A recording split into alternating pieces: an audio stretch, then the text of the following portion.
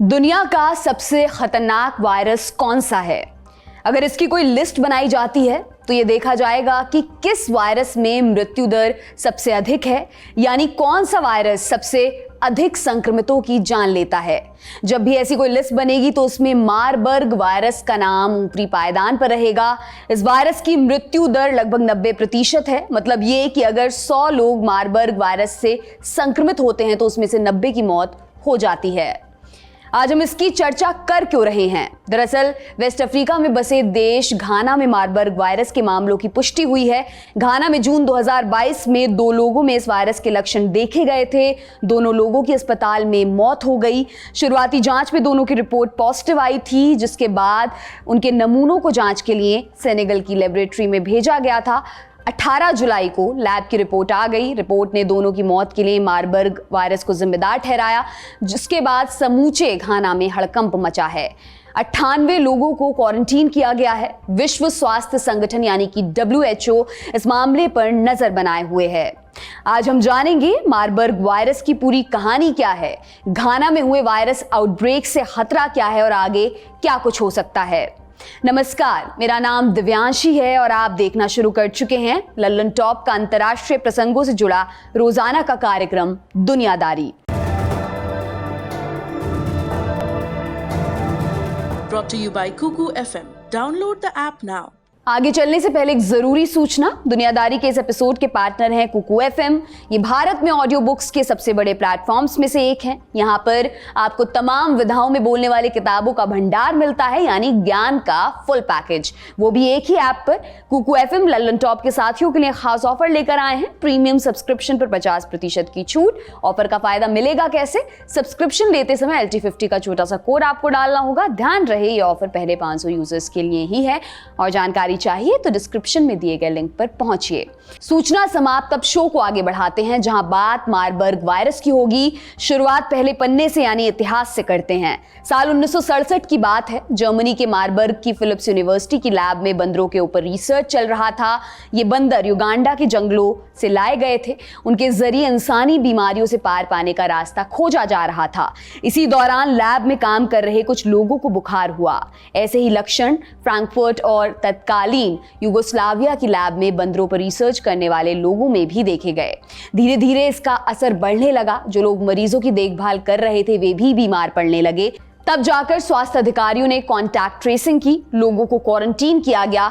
लक्षणों के आधार पर उन्हें इलाज दिया गया। किसी तरह संक्रमण को फैलने से रोका गया। तब तक 31 लोग संक्रमित हो चुके थे। उनमें से 7 लोगों की मौत हो गई। यह दुनिया में मारबर्ग वायरस का पहला आउटब्रेक था। तब से अब तक अलग अलग मौकों पर कम से कम 14 बार मारबर्ग वायरस का संक्रमण फैल चुका है। 1967 के बाद दूसरा आउटब्रेक 1975 में हुआ। जिम्बाब्वे से साउथ अफ्रीका आए 3 लोगों में मारबर्ग वायरस की पुष्टि हुई। इनमें से 1 की मौत हो गई, 2 को किसी तरह से बचा लिया गया। इसके बाद 1980 और 1987 में केन्या में मारबर्ग वायरस के संक्रमण का केस सामने आया। 3 लोगों में वायरस पाया गया। 3 में से 2 की ट्रैवल हिस्ट्री में केन्या के माउंट एल्गन नेशनल पार्क का नाम दर्ज था। तीसरा संक्रमित व्यक्ति एक डॉक्टर था जो मरीज का इलाज कर रहा था। डॉक्टर की जान तो बच गई, लेकिन बाकी दोनों की जान चली गई। 1990 में रूस में लैब में मारबर्ग संक्रमण का एक केस मिला। संक्रमित व्यक्ति की कुछ दिनों के बाद मौत हो गई। फिर आया 1998 का साल। डेमोक्रेटिक रिपब्लिक ऑफ कॉन्गो में सोने की खदान में काम करने वालों में मारबर्ग संक्रमण फैला। धीरे धीरे से बगल के गांव में ये फैल गया।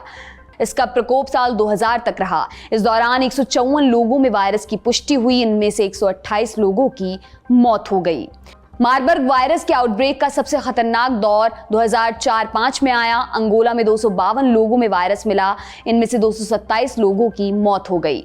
इसके बाद से युगांडा में 4 दफा और एक बार अमेरिका, गिनी और नीदरलैंड्स में मारबर्ग संक्रमण फैला है। इनमें से अधिकतर बार वायरस का ओरिजिन युगांडा में रहा है। अब की बार का संक्रमण कितना खतरनाक है ये भी आपको बताते हैं। WHO ने घाना के रिस्पांस की तारीफ की है। WHO ने कहा कि अगर इसको काबू करने में तेजी नहीं दिखाई गई तो ये जल्द ही हाथ से निकल सकता था। घाना सरकार ने कॉन्टैक्ट ट्रेसिंग और क्वारंटीन का प्रोसेस शुरू कर दिया है। गांव में जागरूकता फैलाई जा रही है। लक्षण दिखने पर तुरंत अधिकारियों को सूचित करने के लिए कहा गया है। स्वास्थ्य अधिकारी संक्रमण का सोर्स खोज रहे हैं। फिलहाल घाना के अलावा किसी और देश में मारबर्ग संक्रमण की खबर सामने नहीं आई है।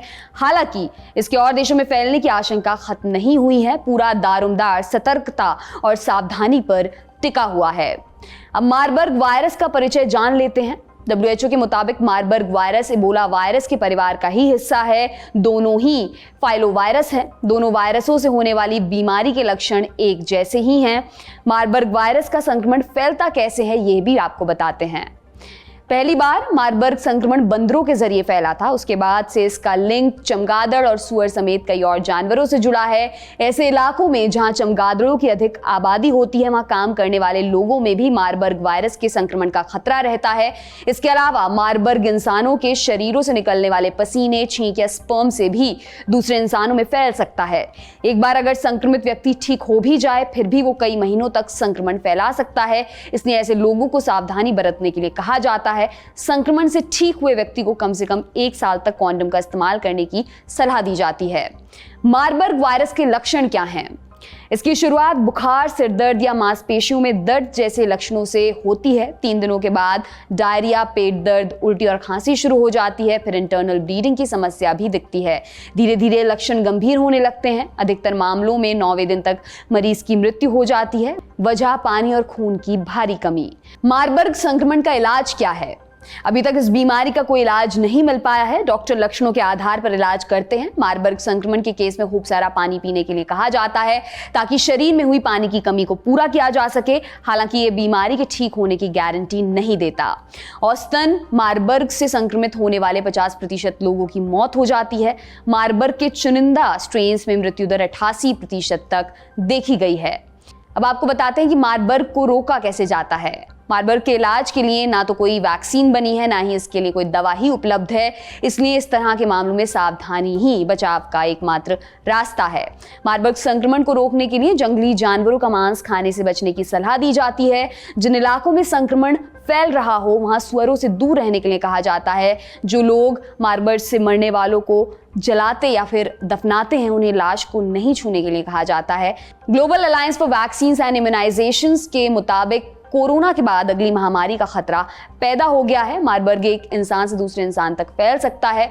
मारबर्ग का इंक्यूबेशन पीरियड 2 से 21 दिनों तक का है, यानी इतने समय तक लक्षण सामने आ सकते हैं। मारबर्ग का पता लगाना भी बेहद मुश्किल होता है। इसकी पुष्टि चुनिंदा लैब्स में हुई जांच के बाद ही हो पाती है। इसके अलावा कोरोना का प्रकोप खत्म होने के बाद इंटरनेशनल ट्रैवल बढ़ा है। अगर एक बार ये सीमा से बाहर निकला तो इसे रोक पाना मुश्किल हो जाएगा। मारबर्ग वायरस ने दुनिया के सामने एक नई चुनौती पैदा कर दी है। हालांकि इस बार दुनिया के सामने पुराने अनुभव और उदाहरण हैं। उम्मीद की जा सकती है कि सरकारें उनसे सबक लेंगी। अगर सबक नहीं लिया तो फिर हमें कयामत के लिए तैयार रहना होगा। ये था हमारा बड़ी खबर सेगमेंट। अब सुर्खियों की बारी। पहली सुर्खी ईरान से है। 19 जुलाई को रूस के राष्ट्रपति व्लादिमीर पुतिन ईरान की राजधानी तेहरान पहुंचे। वहां वो ईरान के राष्ट्रपति इब्राहिम रईसी और तुर्की के राष्ट्रपति रेसेप तैयप अर्दोआन से मुलाकात करेंगे। रूस यूक्रेन युद्ध की शुरुआत के बाद से किसी गैर सोवियत देश की पुतिन की पहली यात्रा है। पुतिन का ये दौरा काफी खास माना जा रहा है। इसकी 3 बड़ी वजहें हैं। पहली, ईरान और रूस दोनों पश्चिमी देशों के प्रतिबंधों का सामना कर रहे हैं। ईरान न्यूक्लियर डील को लेकर दबाव झेल रहा है, जबकि रूस को यूक्रेन पर हमले की कीमत चुकानी पड़ रही है। दूसरी वजह तेल से जुड़ी हुई है। रूस यूक्रेन युद्ध के बाद से पश्चिमी देश रूस के तेल और गैस पर से अपनी निर्भरता कम कर रहे हैं। ऐसे में ईरान उनका विकल्प बनकर उभर रहा था। इसी वजह से अमेरिका ने न्यूक्लियर डील पर चल रही बातचीत को तेज करने की पहल की थी। हालांकि पिछले कुछ समय से बातचीत अटकी पड़ी है। तीसरी वजह है अमेरिका के राष्ट्रपति जो बाइडेन का मिडिल ईस्ट दौरा। बाइडेन 13 से 16 जुलाई के बीच इस इलाके की यात्रा पर थे। उनके दौरे के केंद्र में ईरान भी था। एक इजरायली चैनल को दिए इंटरव्यू में उन्होंने न्यूक्लियर डील पर अपनी राय साफ कर दी। बोले अगर ईरान को न्यूक्लियर हथियार हासिल करने से रोकने के लिए सेना उतारने की जरूरत पड़ी तो वो भी किया जाएगा। इन सब के बीच एक चर्चा इस बात को लेकर भी चल रही है कि ईरान रूस को ड्रोन्स की सप्लाई कर सकता है। इस लिहाज से पुतिन की ये यात्रा काफी जरूरी बताई जा रही है। तेहरान में पुतिन अस्ताना फॉर्मेट वाली मीटिंग का हिस्सा भी बनेंगे। अस्ताना फॉर्मेट क्या है? इसकी शुरुआत 2015 में हुई थी। इसका फोकस एक ऐसा गुट बनाने पर था जो सीरिया के सिविल वॉर को खत्म करने का रास्ता निकाले। रूस, तुर्की और ईरान इसके ऑब्जर्वर देश हैं। दूसरी सुर्खी श्रीलंका से है। श्रीलंका में नए राष्ट्रपति के चुनाव की प्रक्रिया शुरू हो गई है। 15 जुलाई को गोटाबाया राजपक्सा ने अपने पद से इस्तीफा दे दिया था। इसके बाद से रानिल विक्रमसिंघे कार्यवाहक राष्ट्रपति के तौर पर काम कर रहे हैं। फुल टाइम राष्ट्रपति का पद खाली है। 20 जुलाई को सीक्रेट बैलेट से वोटिंग होनी है। इसके लिए 3 उम्मीदवारों का नाम सामने आया है। पहला नाम मौजूदा प्रधानमंत्री और कार्यवाहक राष्ट्रपति रानिल विक्रमसिंघे का है। दूसरा नाम सांसद डलास अलाहा पेरुमा का है। वो गोटाबाया की सरकार में कैबिनेट मिनिस्टर की भूमिका निभा चुके हैं। डलास को विपक्षी पार्टी समागी जन बेलावेगाया के नेता सजित प्रेमदासा ने नॉमिनेट किया। प्रेमदासा ने राष्ट्रपति पद की रेस से अपना नाम वापस लेने का फैसला किया है। तीसरा नाम है सांसद अनुरा कुमारा दिसानायका का।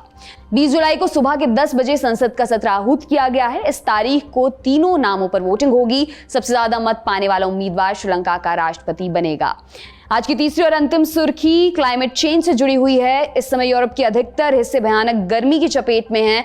18 जुलाई को यूके में 38.1 डिग्री सेल्सियस तापमान रिकॉर्ड किया गया। ये ब्रिटेन के इतिहास के सबसे गर्म दिनों में से एक था। मौसम विभाग के अनुसार इस साल ब्रिटेन में तापमान 42 डिग्री सेल्सियस तक पहुंच सकता है।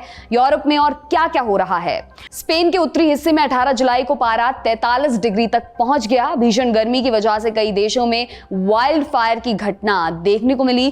फ्रांस, पुर्तगाल, स्पेन और ग्रीस में आग के चलते हजारों लोगों को अपना घर खाली करना पड़ा। फ्रांस के दक्षिण पश्चिमी हिस्से में गिरोंडे नाम का एक इलाका है। ये पर्यटन के लिहाज से काफी मशहूर है। गिरोंडे पिछले कुछ समय से भीषण आग से परेशान है। आग की भयावहता का अंदाजा इस बात से लगाया जा सकता है, सिर्फ एक हफ्ते में 42,000 एकड़ जमीन जलकर नष्ट हो गई है। आग की वजह से 14,000 से अधिक लोगों को अपना घर छोड़कर जाना पड़ा है। गिरोंडे के पर्यटन विभाग से जुड़े एक अधिकारी ने आग की तुलना ऑक्टोपस से की है। कहा कि ये आग ऑक्टोपस जैसे किसी राक्षस की तरह है। ये लगातार बढ़ रही है। आग के फैलने के कई कारण हैं। बढ़ता तापमान, हवा, ऐसी हवा जिसमें नमी नहीं है। ये एक ऐसा राक्षस बन गया है जिससे लड़ना बेहद मुश्किल हो गया है। इंग्लैंड में तापमान इतना बढ़ गया है कि रेलवे ने पैसेंजर्स को कम जरूरी सफर से बचने के लिए कहा है। कई हिस्सों में रेल सेवाओं को बंद भी कर दिया गया है। लोगों से घरों में रहने की भी अपील की गई है। स्पेन और पुर्तगाल में हाल के दिनों में गर्मी के कारण 1000 से अधिक लोगों की मौत हुई है। पुर्तगाल में गुरुवार को तापमान 47 डिग्री सेल्सियस पर पहुंच गया। 18 जुलाई को नीदरलैंड्स में साल का सबसे गर्म दिन दर्ज किया गया। बेल्जियम और जर्मनी में आने वाले दिनों में तापमान 40 डिग्री सेल्सियस के आसपास रहने की उम्मीद है।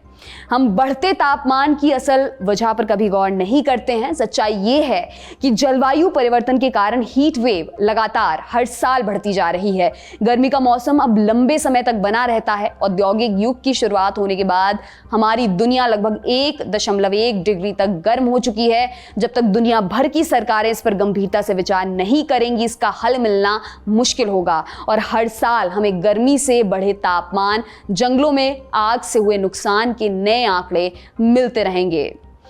आज का दुनियादारी यहीं पर समाप्त होता है। कल फिर आपसे मुलाकात होगी इसी उम्मीद के साथ विदा लेती हूं। शुक्रिया, शुभ रात्रि।